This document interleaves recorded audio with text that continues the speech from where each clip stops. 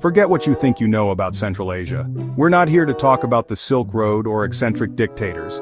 Get ready to delve into the backstage of a global chessboard where the pieces aren't countries, but invisible networks of power, ambition, and, believe it or not, water.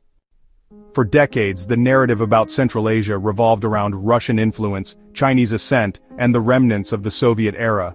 But the real story, the one rarely told, lies beneath the sandy surface, in the water flows that meander through this vast region. The Amudarya and Syrdarya rivers, vital veins of Central Asia, are much more than sources of life. They are catalysts for silent geopolitical tensions. Think about Kazakhstan, rich in oil but with chronic water scarcity.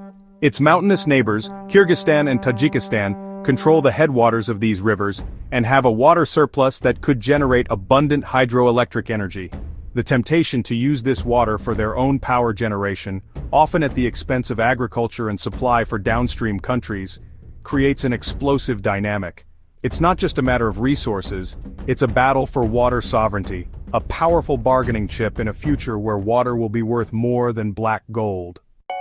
While Russia has traditionally maintained its influence through historical ties and security, and China invests heavily in infrastructure via the Belt and Road Initiative, a less obvious actor has been discreetly expanding its presence: Turkey. Not through massive military or economic might, but through cultural, religious, and linguistic ties, exploring the Turkic identity that unites much of Central Asia. Ankara funds schools, mosques, and exchange programs, cultivating a soft power that challenges dominant narratives. It's a battle for hearts and minds, where cultural loyalty can, in the long run, outweigh economic dependence. This is a complex layer that subverts the Russia-China dichotomy, adding a third dimension of influence that is more subtle yet deeply rooted. With the hasty Western withdrawal from Afghanistan, a power vacuum was created on Central Asia's southern borders. This not only raised concerns about terrorism, but opened doors to a complex underworld of non-state actors and transnational networks. What many don't realize is how this vacuum is filled by an intricate web of trafficking, of drugs, weapons, and even people, that finances insurgent and criminal groups, undermining the stability of the region's states.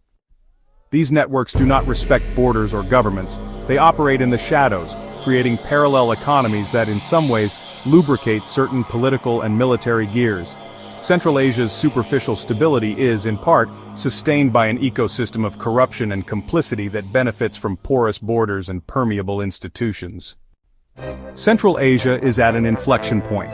Water scarcity intensifies with climate change, making cooperation an existential necessity, but also a catalyst for latent conflicts. The competition for influence among great powers and regional actors will shape the destiny of the stands. Will we see increasing fragmentation, with each country pursuing its own water and energy interests, or a forced interdependence due to climate urgency?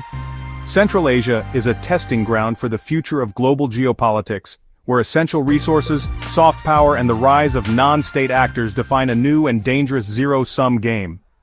What do you think? Will water be the next oil to shape the world's destiny? Or will interdependence force unprecedented cooperation in the history of this region?